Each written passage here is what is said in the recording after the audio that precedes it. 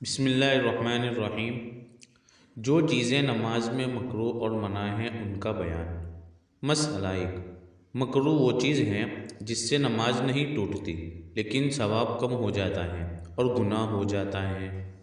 مسئلہ 2۔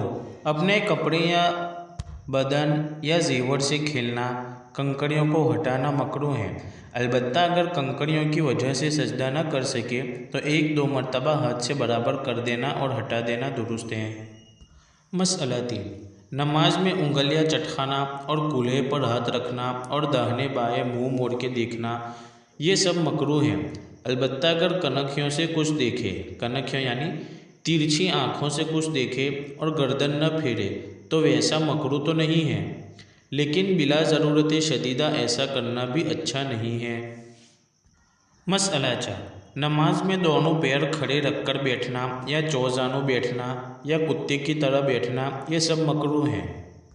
ہاں، دکھ بیماری کی وجہ سے جس طرح بیٹھنے کا حکم ہے اس طرح نہ بیٹھ سکے تو جس طرح بیٹھ سکے بیٹھے، اس وقت کچھ مکروہ نہیں ہے۔ مسئلہ 5۔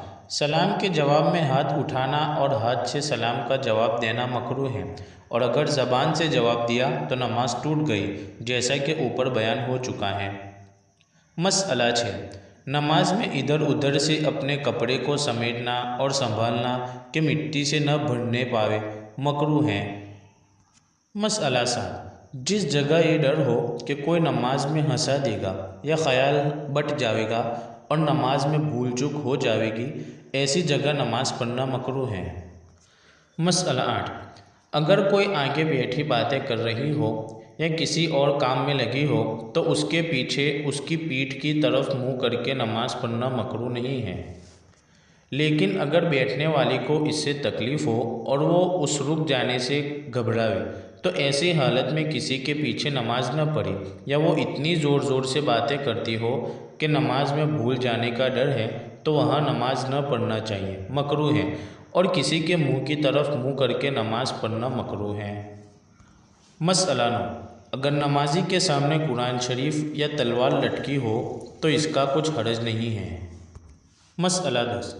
جس فرش پر تصویریں بنی ہو، فرش یعنی بچھانے کی چیز، گالیچہ، جس فرش پر تصویریں بنی ہو اس پر نماز ہو جاتی ہے، لیکن تصویر پر سجدہ نہ کرے، اور تصویر دار مصلی رکھنا مکروہ ہے، اور تصویر کا گھر میں رکھنا بڑا گناہ ہے۔